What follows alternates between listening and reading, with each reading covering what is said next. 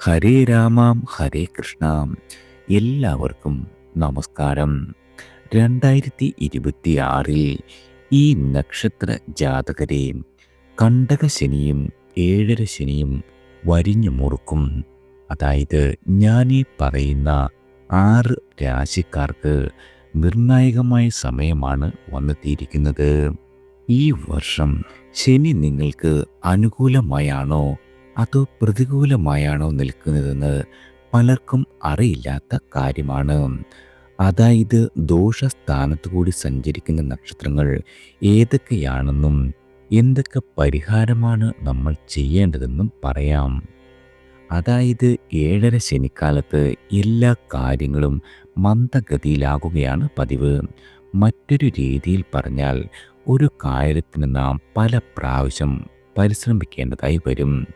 ചന്ദ്രൻ നിൽക്കുന്ന രാശിയുടെ അതായത് കൂറിൻ്റെ 4, 7, 10 ഭാവങ്ങളിൽ ശനി സഞ്ചരിക്കുന്നതാണ് കണ്ടകശനി എന്ന് പറയുന്നത്. ചന്ദ്രൻ നിൽക്കുന്ന രാശിയുടെ 12, 1, 2 എന്നീ രാശികളിലൂടെ ശനി സഞ്ചരിക്കുന്നതാണ് ഏഴര ശനി. കണ്ടകശനി മോശം ഫലങ്ങൾ മാത്രമല്ല നൽകുന്നത്, സ്ഥലം മാറ്റം ലഭിക്കുവാനും അന്യനാട്ടിലേക്ക് പോകുവാനുമൊക്കെ ഭാഗ്യം സമ്മാനിക്കും. 10ാം ഭാവം തൊഴിലിൻ്റെ സ്ഥാനമായതുകൊണ്ട് തന്നെ തൊഴിലുമായി ബന്ധപ്പെട്ട ബുദ്ധിമുട്ടുകളാണ് ഈ സമയത്തുണ്ടാകുക. 7ാം ഭാവം പങ്കാളിയുടെ സ്ഥാനം ആയതുകൊണ്ട് ഭാര്യ ഭർത്താക്കന്മാർ തമ്മിലും പങ്കാളികൾ തമ്മിലുമാണ് പ്രശ്നങ്ങൾ ഉണ്ടാകുവാൻ സാധ്യത. ചിലപ്പോൾ അകന്നു കഴിയേണ്ട ഒരു സാഹചര്യവും വന്നു ചേരും.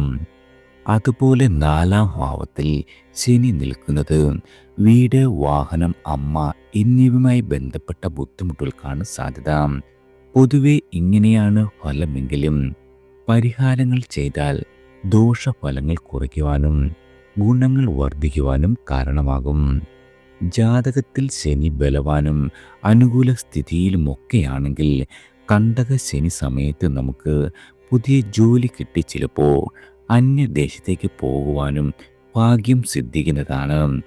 അതുപോലെ എല്ലാ കാര്യങ്ങളും നമ്മൾക്ക് അനുകൂലമായി മാറുകയും ചെയ്യാം. വനവാസം, ജയിൽവാസം, മരുഭൂമിയിൽ കഴിയേണ്ടി വരിക, അപവാദങ്ങളും ആരോപണങ്ങളും ഒക്കെ കേൾക്കേണ്ടി വരിക, ഇവയൊക്കെയാണ് ശനി വരുത്തുന്ന ദുരിതങ്ങൾ.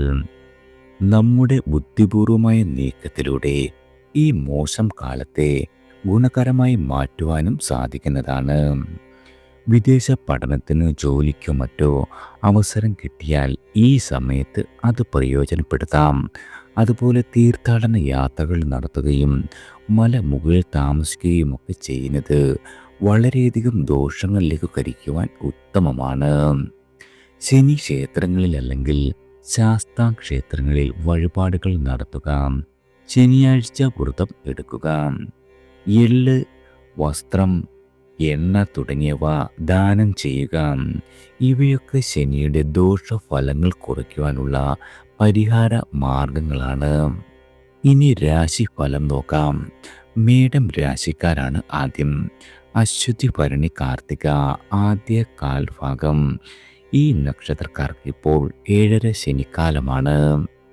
തന്മൂലം നിങ്ങൾക്ക് ഏഴര ശനിയുടെ കാഠിന്യം വളരെയധികം വർദ്ധിക്കുന്നു. ഇനി 7 കൊല്ലം കൂടി ഏഴര ശനിയാണ്. 12ാം ഭാവമായ മീനത്തിൽ ഇനി 2 വർഷം. പിന്നീട് സ്വന്തം രാശിയായ മേടം രാശിയിൽ 2.5 വർഷം. അതിനുശേഷം ഇടവം രാശിയിലും 2.5 വർഷം നിൽക്കുന്നു. അത്രയും കാലഘട്ടത്തിൽ മേടരാശിക്കാർക്ക് ഏഴര ശനിക്കാലമാകുന്നു. ഓരോ രാശിയിലും ഓരോ ഫലങ്ങളാണ് നിങ്ങൾക്ക് വന്നു ചേരുക. ധന ഇടപാടുകളിൽ അതീവ ശ്രദ്ധാലുക്കൾ ആയിരിക്കേണ്ട കാലമാണ്. അതുപോലെ ആശുപത്രി ചെലവുകൾ വന്നു പെട്ടേക്കാം. ആരോഗ്യ കാര്യങ്ങളിലും നിങ്ങൾ വളരെയധികം ശ്രദ്ധിക്കേണ്ടതുണ്ട്. അതുപോലെ കർമ്മരംഗത്ത് ചില ബുദ്ധിമുട്ടുകൾ ഉണ്ടാകുവാനും അതിൽ നിന്നും വളരെയധികം പാഴ്ചെലവുകൾ വന്നു ചേരുവാനും ഇടയുള്ള കാലമാണ്. അടുത്തത് മിഥുനം രാശിക്കാരാണ്. മകയിരം അവസാന പകുതി ഭാഗം, തിരുവാതിര പുണർത്തം ആദ്യ മുക്കാൽ ഭാഗം. ഈ നക്ഷത്രക്കാർക്ക് 10ാം ഭാവത്തിൽ സഞ്ചരിക്കുന്ന കണ്ടകശനിയാണ് നടക്കുന്നത്. അടുത്തത് കന്നി രാശിക്കാരാണ്. ഉത്രം അവസാന മുക്കാൽ ഭാഗം, അത്തം ചിത്തിര ആദ്യ പകുതി ഭാഗം. ശനി നിങ്ങളുടെ 7ാം ഭാവത്തിലാണ് സഞ്ചരിക്കുന്നത്. തന്മൂലം കണ്ടക ശനിക്കാലമാണ് നിങ്ങൾക്കും. അടുത്തത് ധനുരാശിക്കാരാണ്. മൂലം പൂരാടം ഉത്രാടം ആദ്യ കാൽ ഭാഗം. നിങ്ങൾക്ക് 4ാം ഭാവത്തിലൂടെ നടക്കുന്ന ശനി കണ്ടകനാണ്. അടുത്തത് കുംഭം രാശിക്കാരാണ്. അവിട്ടം അവസാന പകുതി ഭാഗം, ചതയം പൊരുട്ടാതി ആദ്യ മുക്കാൽ ഭാഗം. നിങ്ങൾക്ക് 7ാം ശനിക്കാലമാണ് നടക്കുന്നത്. അതായത് 7ാം ശനിയുടെ 5.5 വർഷക്കാലം പൂർത്തിയാക്കി. ഇനി 2 വർഷക്കാലം കൂടി നിങ്ങൾക്ക് ശനിയുണ്ട്. ധനസ്രോതസ്സുകൾ ഉണ്ടാകുമെങ്കിലും എല്ലാവിധ പണമിടപാടുകളിലും അതീവ ശ്രദ്ധ വേണം. ഏതൊരു പ്രവൃത്തിയിലേർപ്പെട്ടാലും വളരെയധികം ശ്രദ്ധിച്ചു വേണം നിങ്ങൾ കാര്യങ്ങളെല്ലാം തന്നെ മുന്നോട്ട് കൊണ്ടുപോകേണ്ടത്. കഴിഞ്ഞ 5.5 വർഷക്കാലം നിങ്ങൾ അനുഭവിച്ചു പോന്നിരുന്ന കാര്യങ്ങൾക്കും പലവിധ മാറ്റങ്ങളുണ്ടാകും ഇനി മുതൽ. എന്നാൽ എല്ലാം നല്ല ഗതിയിൽ ആകണമെന്നില്ല. അപ്രതീക്ഷിതമായ ധനച്ചെലവുകളും കഷ്ടനഷ്ടങ്ങളും വന്നു ചേരും. അടുത്തത് മീനം രാശിക്കാരാണ്. പൂരുരുട്ടാതി അവസാന കാൽഭാഗം, ഉത്രട്ടാതി രേവതി. നിങ്ങൾക്കിപ്പോൾ 7ാം ശനിയിൽ ജന്മശനിയാണ് നടക്കുന്നത്. 7ാം ശനി കാലഘട്ടത്തിൻ്റെ 2ാം ഘട്ടമായ ജന്മശനി കാലമാണ്. അതായത് ആരോഗ്യ പ്രശ്നങ്ങൾ വളരെയധികം ഉണ്ടാകും. രോഗാവസ്ഥകളും അപകടങ്ങളും പലവിധ ബുദ്ധിമുട്ടുകളും നിങ്ങൾക്ക് അനുഭവിക്കുവാൻ ഇടയുള്ള കാലമാണ്. ബിസിനസ് മേഖലയിൽ പാഴ്ചെലവുകൾ ഓരോന്നായി വന്നു ചേരും. ചെയ്യുന്ന ഓരോ പ്രവൃത്തിയിലും പലവിധ പ്രശ്നങ്ങളെ നേരിടേണ്ട ഒരു സ്ഥിതി വന്നു ചേരുന്നതാണ്. ഉറ്റവർക്കായോ സ്വന്തം ആവശ്യങ്ങൾക്കായോ ഒരു ആശുപത്രി വാസം ഉണ്ടായേക്കാം. ഒരു കാരണവശാലും ധനം കടം കൊടുക്കുവാൻ പാടുള്ള സമയമല്ല.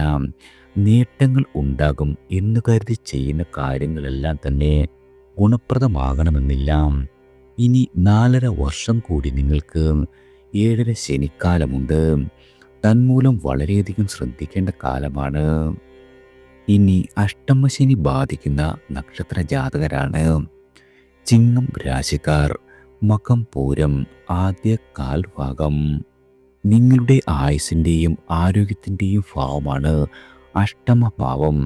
പലവിധ ആരോഗ്യ പ്രശ്നങ്ങളും അലട്ടുവാൻ ഇടയുള്ള വർഷമാണ്. ചില അപകടങ്ങളും ആരോഗ്യ പ്രശ്നങ്ങളും അലട്ടുവാനിടയുണ്ട്. അതുപോലെ തന്നെ ചില അപകടങ്ങളും ആരോഗ്യ പ്രശ്നങ്ങളും വന്നു ചേരാം. കർമ്മരംഗത്ത് പലവിധ പ്രശ്നങ്ങളും അനുഭവിക്കേണ്ടി വരും. ബിസിനസ് രംഗത്ത് പ്രവർത്തിക്കുന്നവർക്കും ലാഭം കുറയുവാനും പലവിധ ക്ലേശങ്ങളെ നേരിടേണ്ടി വരുവാനും ഇടയുള്ള കാലമാണ്. വീഴ്ചകളും ബിസിനസ്സിൽ ഉണ്ടാകുവാൻ സാധ്യതയുണ്ട്. കടബാധ്യതകൾ വർദ്ധിക്കാം. ശത്രുശല്യം വർദ്ധിക്കുന്ന സമയമാണ്. വാക്കുകൾ സൂക്ഷിച്ചുപയോഗിക്കണം. പണമിടപാടുകളിലും കുടുംബത്തും ചില അസ്വാരസ്യങ്ങൾക്ക് സാധ്യതയുണ്ട്. സന്താനങ്ങളുടെ കാര്യത്തിലും അതീവ ശ്രദ്ധ ചെലുത്തി മുന്നോട്ട് പോകേണ്ട കാലമാണ്. ചെയ്യുന്ന പ്രവൃത്തികളിലെല്ലാം തന്നെ ഒരു ആലസ്യം അനുഭവപ്പെടും. പങ്കാളിയുമായി അഭിപ്രായ വ്യത്യാസങ്ങൾക്കും വളരെയധികം സാധ്യതയുള്ള കാലമാണ്. ഇതിനാൽ നിങ്ങൾ ശനീശ്വരനെ പ്രീതിപ്പെടുത്തുന്നതിനായി ശാസ്താവിന് നീരാഞ്ജനം, ശനിയാഴ്ച ദിവസങ്ങളിൽ എള്ളുപായസം, നെയ് അഭിഷേകം എന്നിവ സമർപ്പിക്കുക. അതുപോലെ തന്നെ ഹനുമാൻ സ്വാമിക്ക് വെണ്ണ നിവേദ്യം, വടമാല എന്നിവ സമർപ്പിക്കുന്നത് വളരെയധികം ഉത്തമമാണ്. ശനിയാഴ്ച ദിവസങ്ങളിൽ കാക്കയ്ക്ക് ചോറ് കൊടുക്കുന്നതും കറുത്ത വസ്ത്രം ധരിക്കുന്നതും ശബരിമല ദർശനവും അനിവാര്യമായ കാര്യങ്ങളാണ്. അതുപോലെ തന്നെ എള്ള്, ശർക്കര എന്നിവ ദാനം ചെയ്യുന്നതും ദോഷഫലങ്ങൾ കുറയ്ക്കുവാനും നല്ല ഫലത്തിൻ്റെ ഗുണഫലങ്ങൾ വർദ്ധിക്കുവാനും ഈശ്വര അനുഗ്രഹത്താൽ സാധിക്കുമാറാകട്ടെ. എല്ലാവർക്കും ഭഗവാന്റെ അനുഗ്രഹവും കടാക്ഷവും ഈശ്വരനാമത്താൽ വന്നു ചേരട്ടെ.